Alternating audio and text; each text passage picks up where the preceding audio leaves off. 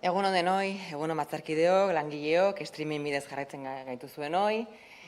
Eta, lehenik eta behin iragarri gaur bertan, egun honetan, Araban eta Bizkaian, foru araua, eta ez foru arau proiektua, foru araua onartuko dela.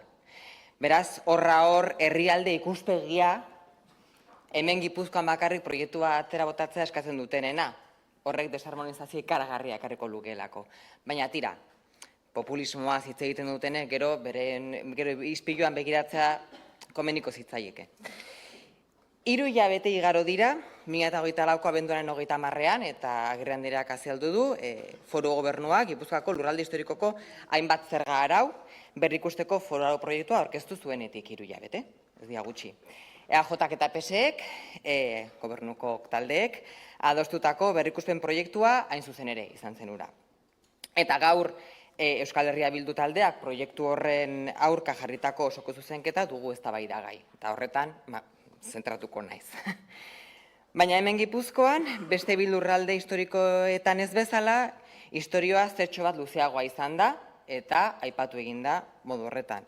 Legegintzaldiaren hasieran erabaki bait genuen Gipuzkoak zerga erreforma bat behartzuela eta horretarako ponentzia bat eratu genuen. Eta hori da, gure historio luzexeagoa Bizkaiarekin eta Arabarekin alderatuta. Espektatiba oso altuak genituen oposizioko talde guztiok, 3 taldeok, eta ponentziak aurrera egin ahala, gero eta nabariagoa zen 3 lurraldeetan makila eta agasunak kudeatzen dituen alderdiak, EAJak hain zuzen, ez zuela benetan erreforma sakon baten beharrik ikusten, hori egia da, eta hor geunden denok eta ikusten genuen galderak ikusi ziren eta adierazpenak.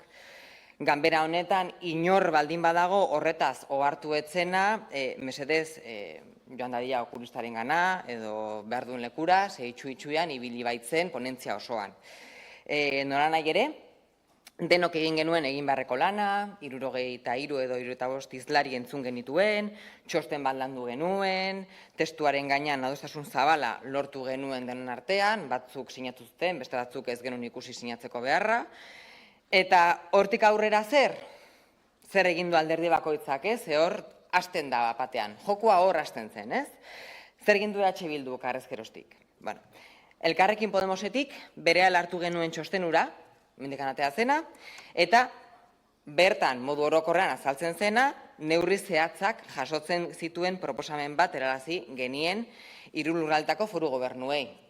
Orokortasun horretatik zentratu ginen eta proposamen zehatzak jarri genituen dokumentu batean uztailean bertan, oporretan jun baino lehen. Zer egin zuen EH Bilduk, ez dakigu, ez zuelako iragarri, ez daki dokumentu bat helarazi zion gobernuari edo ez, baina behintzat guk ez dakigu horren berri, ez dugu jaso inoiz ez horren berri.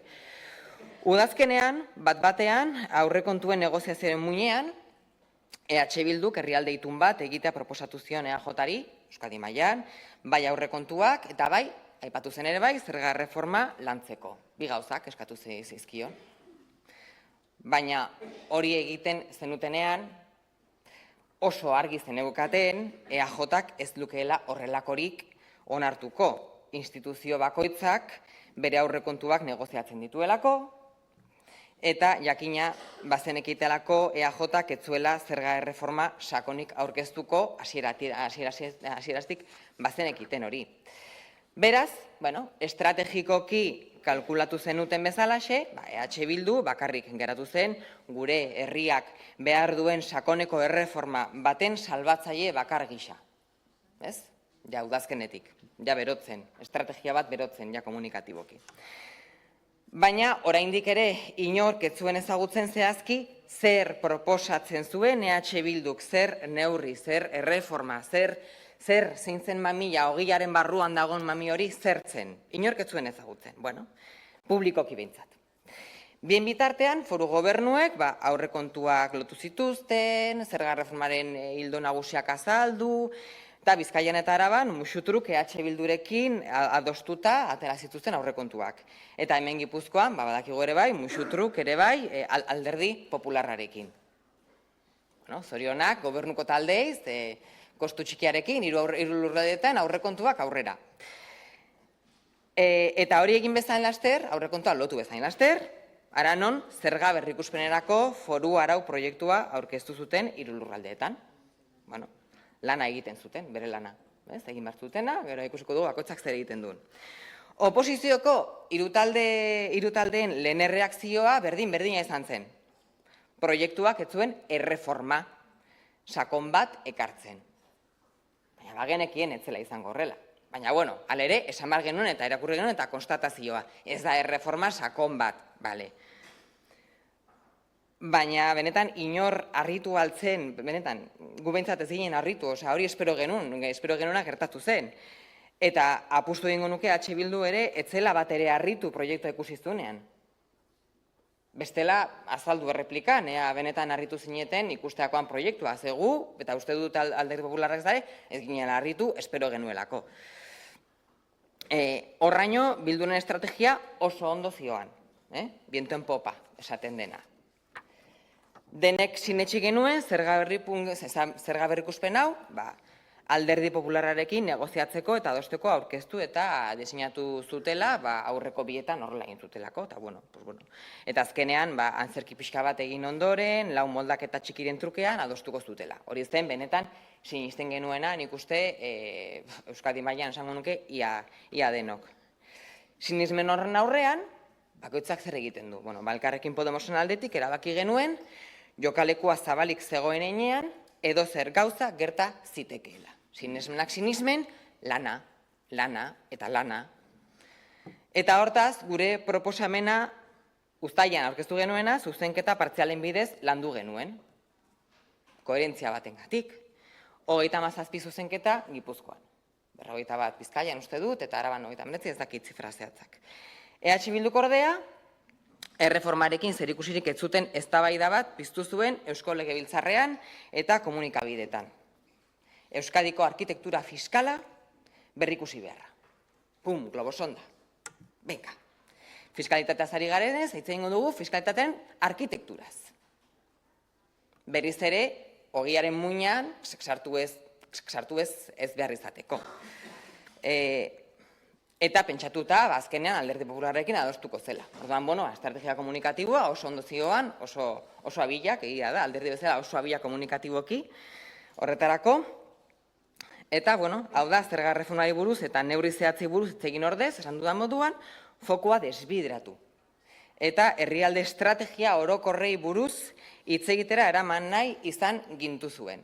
Denoi, ez? Herrialdea, beti herrialde estrategiak, herrialde itunak. Baina ez usteko batean, eta hau ez usteko bat izan zen, baita zuentzat ere bai, PSEek betoa jarri zion Alderdi Popularrari. Alderdi Popularrak oso ongi daki hori, eta gonbidapena luzatu zuen, zigun espreski Podemosi eta EH Bilduri. Hori bai ez ustekoa baita zuentzat ere bai, eta onartu mesedez, hori bai izan zen ez usteko bat nik uste Euskadi mailan. La verdad es que el veto del Partido Socialista sobre el Partido Popular nos pilló a todas por sorpresa. Y de pronto volvimos a estar en el tablero, estuvimos a estar en el tablero de juego. Y voy a remarcar algo. Desde Podemos siempre hemos mantenido y seguimos manteniendo la necesidad de impulsar una reforma integral que logre modificar la estructura fiscal que impera en Euskadi y en el régimen común hacia un modelo realmente progresivo, más social, que logre recaudar más, estamos de acuerdo, y de una manera más justa, que pueda ser punta de lanza en Europa. Es nuestra dirección política, nuestra máxima política, el máximo, por así decirlo, y lo sigue siendo.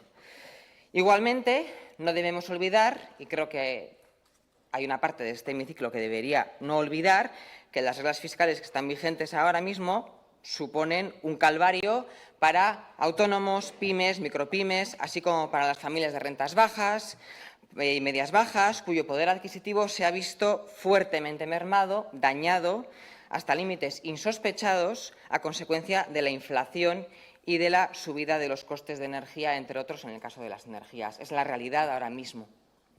Es un calvario para las rentas bajas, lo que tenemos en vigor ahora mismo. Y como ya he señalado, el proyecto presentado por el Gobierno no introducía, es verdad, ningún cambio de calado, pero nos brindaba, y esto es importante, la oportunidad de registrar tantas enmiendas parciales como considerábamos necesarias para mejorar la propuesta.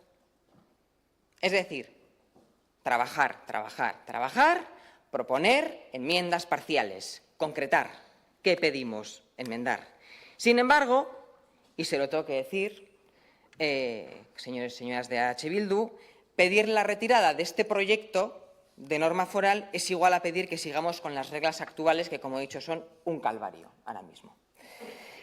Eso sí que hubiera sido una oportunidad perdida para toda la ciudadanía, para ese millón y pico de personas que cada día ven cómo les sube el coste de la vida y que aún y todos siguen teniendo que aportar lo mismo que el año pasado a las arcas públicas. Hablar de reforma fiscal de calado, de pactos de país, de reestructurar la arquitectura fiscal de Euskadi, como ha hecho y sigue haciendo H. Bildu, y luego no concretar todo eso en ninguna medida, registrando solo 9 enmiendas parciales, es sinceramente una tomadura de pelo y es populismo comunicativo. No sé cómo calificarlo, ya que han utilizado el término populismo, pues vamos a hablar de populismos. Decir una cosa ante los medios de comunicación, pero luego no concretar nada en ningún sitio y no ponerlo por escrito en detalle para que podamos opinar todos acerca de sus propuestas. No, porque su propuesta es pacto de país. Progresividad, a largo plazo, vamos a ir hablando. ¿Sobre qué? Sobre el pacto de país. ¿Sobre qué medidas? Sobre las que definamos cuando empecemos a hablar del pacto de país. La aprobación de la enmienda de actualidad, como la presentada por EH Bildu, tan solo nos llevaría a retornar al punto de inicio y una desarmonización con los dos territorios, porque hoy se aprueba la norma foral. A seguir con una estructura fiscal totalmente conservadora, pactada con la derecha española, parcheada por todas partes, que algunas en Euskadi si queremos superar ya y empezar a mejorar de alguna manera, con parches de verdad importantes o con modificaciones de verdad, con arreglos de verdad que lo corrijan, dando pasos hacia adelante. Bai ala da, zerga berrikuspenerako foru arau proiektu hau aukera bat. Izan da, zuzenketa partzialen bidez, alderdi bakoitza defendatzen duen fiskalitatea zehazteko. Eta EH Bilduk nahiago izan du bere proiektua inoen ez zehazteko, eta oraindikan ez du zehazten. Zuzenketen bidez ez zehaztea, beretzat gordetzea bere proposamena. Guk, errepikatuko dut, oso argi izan dugu proiektuak aukera eman zigula egun indarran dauden arauak egokitzeko, aberastasuna pixka bat hobeto banatzen hasteko, errenta baxuenak dituzten biztanleen zama arintzeko, hori baitira hain zuzen ere inflazioaren ondorio lazgarriena pairatzen ari dienak une honetan, errenta altuen obarien mugak jartzeko ere bai, zergatik, muga jarri ditugu, errenta altuei, bai, ezkerrera begiratzen hasiko den zerga eredu bat abian jartzeko, bazelako garaia. Horretarako ez bada, zertarako gaude batzarkideak, hemen, batzarkide taldeak.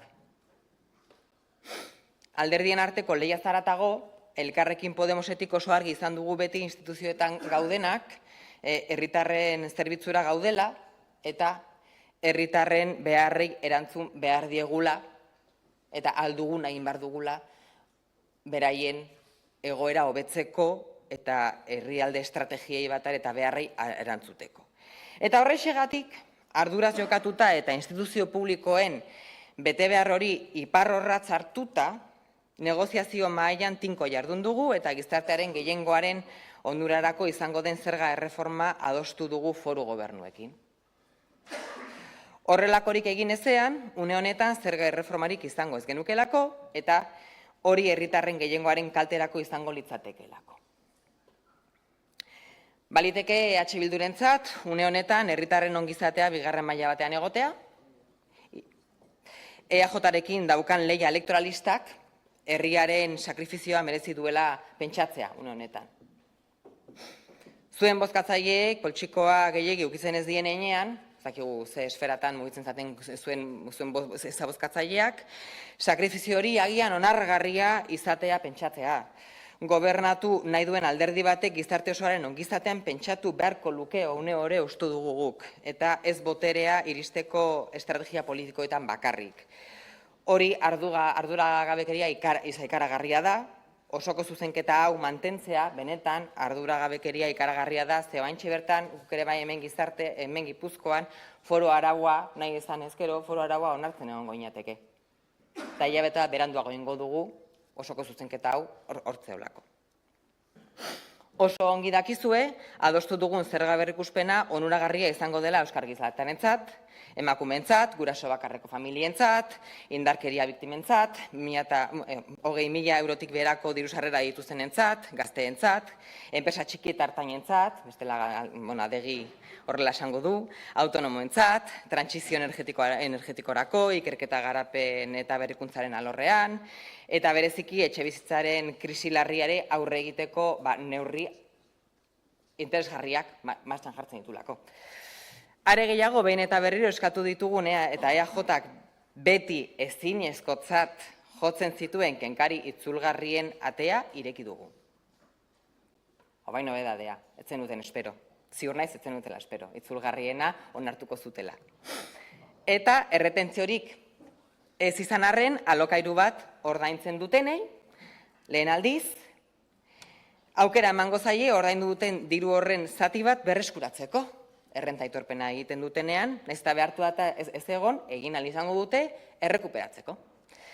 Ogasunak zuzenean errenta aitorpenaren bitartez aberastasuna birbanatu egingo duelako neurri batekin, ikusiko dugu zer gertatzen den, gero zabaldu daiteke, atea ireki dugu. Eta jakina, ezin ahaztu, sozietate zergan ere dirutza irabazten duten enpresei 28%ra igoko diegula oinarrizko tipoa, badakigulako batzuk aberastasuna, diela, dirutzak irabazten nahi dira. Eta dirutza hori lortzeko, ariketa gehiago, jendeak aleratu edo lan baldintzak askarrak mantentzen dituztenei, gutxieneko tipoa, tipo efektiboa, 19%ra igoko diegu. Horrek oso ongi dakizuen moduan, Confebasken haserrea piztu zuen akordio eragarri genuen egunean bertan. Esango zizueten bileran ere bai suposatzen dut, agian ez dakit. Bai, lanbide arteko gutxieneko soldata propio bati buruz hitz egin nahi ez duen patronalaren haserrea piztu genuen. Guretzako, medallita, oso ondo, pozik, benetan. Behin eta berriro, absentismoari buruz hitz egin nahi duen patronal horren haserrea, baita ere, absentismoa, baina soldata minimoa ez. Lan eskubideak eta soldata duinak enpresen errentagarritasunaren aurkakoak direla defendatzen duen patronalaren haserrea. Medallita, oso ondo, horren haserrea gu pozik. Era berean, kapitalaren errenten gaineko zergak ere igo egin ditugu eta lanik egin gabe aurrezkiak leku batetik bestera mugituz lortzen den dirutza horren kapitalaren, hain zuzen ere, ekarpena handitu dugu. Pixka bat, proposamena, foru proiektuaren proposamena, zea geistea zen, igo dugu. Dakagunaren gainetikan igo dugu. Bidea egiten hasi gea. Eta hau bai, EPSV-ak kapitalean berreskuratzen dituztenen gaineko zergazama handitu dugu ere, bai. Eta kombinatuaren gehiengo kenkaria 10.000-ra murriztu. Murriztu dugu baita ere, pixka bat, ez? Ziur naiz, finantza entitate kalkulagailuak martxan jarri dituztela, negoziazioan ziur aski entzuten zutenarekin ere bai, ez? Azken bi moldaketa horiek suposa dezaketen galera birkalkulatzeko, beren finantza kalkuluetan. Eta nonbait, EH Bilduri hori guztia ez zaio nahikoa iruditzen, ez ona ez beharrezkoa, aukera galdua. A EH Bildu no le parece bueno ni suficiente el hecho de mejorar las condiciones materiales de las rentas más bajas, de las mujeres, de las víctimas de violencia de género, de las familias monoparentales, de las y los autónomos, de los menores, de los jóvenes, de quienes desean emprender un negocio, de quienes invierten en I+D+I o en transición energética, de quienes tienen que pagar un alquiler y ganan menos de 20.000 euros, de quienes se cogen una excedencia por maternidad y desean volver al trabajo, de quienes necesitan contratar una ayuda para cuidar de un hijo o una hija menor de 12 años, de quienes tienen que cuidar a una persona mayor dependiente en casa. Y así puedo seguir explicando todo lo que ya ha explicado la diputada Aguirre. A EH Bildu no le parece ni bueno ni suficiente tampoco el hecho de que el impuesto de sociedades incorpore un factor de progresividad dependiendo del volumen de ganancia y de la política de recursos humanos que lleva esa empresa, o que las rentas derivadas de los ahorros, de las inversiones financieras puras y duras, aporten más, o que quienes rescatan su EPSV en forma de capital aporten más, o que el máximo deducible por EPSV se reduzca a 10.000, o que las sociedades patrimoniales vayan a aportar más. Todo eso no le parece ni bueno ni suficiente a EH Bildu. Pero insisto, ¿qué propone H. Bildu en medidas concretas? ¿Cuál es su gran propuesta de país, su reforma fiscal profunda de calado que nos ponga a la vanguardia de Europa? ¿Cuál es esa gran propuesta fiscal concreta de H. Bildu que nos va a deslumbrar a todos y todas y que vamos a decir, sí, gracias, esto necesitábamos? Una enmienda a la totalidad de 2 páginas y 9 enmiendas parciales. Me ha debido de deslumbrar tanto que me he quedado ciega y no la veo por ninguna parte. Tal vez en la réplica la señora Iriarte nos cuente exactamente qué maravilla maravillosa esconden sus 9 enmiendas parciales, porque creo que estamos todas expectantes, deseando saber cuál es su propuesta fiscal concreta para poder contrastarla y debatirla. Y yo estoy deseando, de verdad, estoy deseando. Y ahora, por contestarle un poquito también a la señora Iriarte, luego ya tenemos un turno de réplica, pero habla de sucesiones de, bueno, habla de que falta de progresividad y luego lo cataloga todo, y esto ya también en los medios de comunicación, de sucesión de enmiendas, que encari zerrenda. ¿Me puede explicar sin deducciones, que encari gabe, cómo se puede hacer la progresividad? Con una tabla, de verdad. ¿Cree que una persona que tiene hijos y la que no tiene que soportar la misma carga en el día a día, que tiene el mismo coste, la vida? ¿O quienes tienen una casa en alquiler o quienes no? ¿O quienes tienen una dependencia y quienes no? ¿O quienes tienen que hacerse cargo de la persona dependiente o quienes no? ¿O las mujeres y los hombres, por ejemplo, a la hora de emprender, están en la misma situación? Toda esa realidad social, ¿cómo la piensa reflejar fiscalmente si no es a través de bonificaciones y deducciones?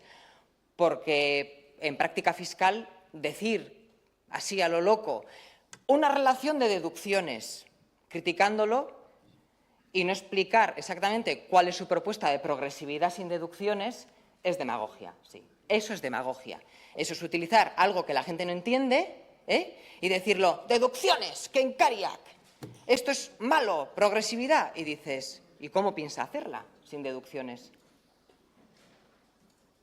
¿Cómo va a equilibrar, no? Si el principio de la fiscalidad es que cada persona, sea física o jurídica, aporte al bien común en la medida de sus posibilidades, dependiendo de su capacidad, ¿cómo mide las diferentes capacidades de las personas, dependiendo de su realidad vital, si no es con deducciones? Con una tabla del IRPF, ahí no hay realidades. Ahí es como si todos y todas tuviéramos las mismas cargas vitales. Y no es esa la realidad. Entonces, sí que le pido, por favor, que dejen de hacer demagogia con las deducciones y digan, relación de deducciones, porque si las quitáramos, eso sí que sería, no le digo nada a lo que sería, vamos, pero desde luego un destrozo para muchísimas familias. No seguridad jurídica, yo creo que precisamente lo que da es seguridad jurídica. Tanta que Confebask se ha enfadado. Sí, pura revisión. Sí, inicialmente era una, sí, yo voy a decir también que era una revisión fiscal, pero hemos introducido tantas modificaciones que yo podría ya decir que esto es un principio de reforma fiscal y que mira hacia la izquierda. Porque, insisto, hemos abierto la puerta de las reembolsables. Algo que llevamos meses insistiendo y que la propia diputada de Hacienda podrá decir que decían que era imposible, nos decían que era imposible una y otra vez. Pues lo hemos conseguido. Pero como no lo han conseguido ustedes, no es buena la reembolsable. Solo es buena si lleva la firma de Bildu. Y luego sobre la visión de país, de verdad, o sea, cuando un partido político que se erige en decir que es el único que tiene la visión de país, nos mantiene una enmienda a la totalidad en uno de los 3 territorios, sabiendo que en los otros 2 se está aprobando ya la norma foral y que eso supone que durante un mes habrá una desarmonización en Euskadi, desde luego eso visión de país no es. Eta gero, erreflexio txiki bat, esan duzu behin eta berriro dibilketa handitu behar dela eta gainera goitikan. Ez zuzen errenta altuena jasotzen dituztenak eta privilegio gehiago azkatenen, eta bueno, errenta altua dituztenen partetik. Orduan zergatik ez duzute inoiz eskatzen PSV-en tratamendu berezitua kentzea? 800 milioi euro inguru jaso ditzakegu euskal, bueno, gure gizarte politiketarako eta politikatu, Oye, sí, porque ya saben que las EPSVs, básicamente, y esto lo tenemos hay solicitudes de información, beneficia básicamente a las rentas altas, perjudica especialmente a las mujeres. Y a H. Bildu le gustan las EPSVs y le gustan las deducciones en EPSVs. Esas deducciones parece ser que no les molestan, aun sabiendo que el agujero que hacen es de 800 millones. Vale, horrez. EPSVs no. Eta etxebizitza erosteko kenkaria ere ez duzte kendu nahi. Falta mota dugu. Eta hor ez dakizten bat milioi diren. Euskadin ez dakit, 200, 500, juten dienak hor urtero, baita ere. Ez da dena bilketan. Horiek ere ez duzte kendu nahi. Jakin da hori, ez zuzen ere, etxebizitza erosteko kenkaria errenta baxuenek ez dutela ez da ikusten ere. Altuenak, bai, oain arte. Muga bajarri diogu hori bai, 78.000 euroko muga, Hori ere ez dute zuzendu, ez dute jetxi. 85.000ko proposamena egiten zuten gobernuak, eta H. Bilduk ez du proposatu 50.000ra geistea, edo mugatzea nundikan ez, etxebizitza erosteko kenkaria. Horrez,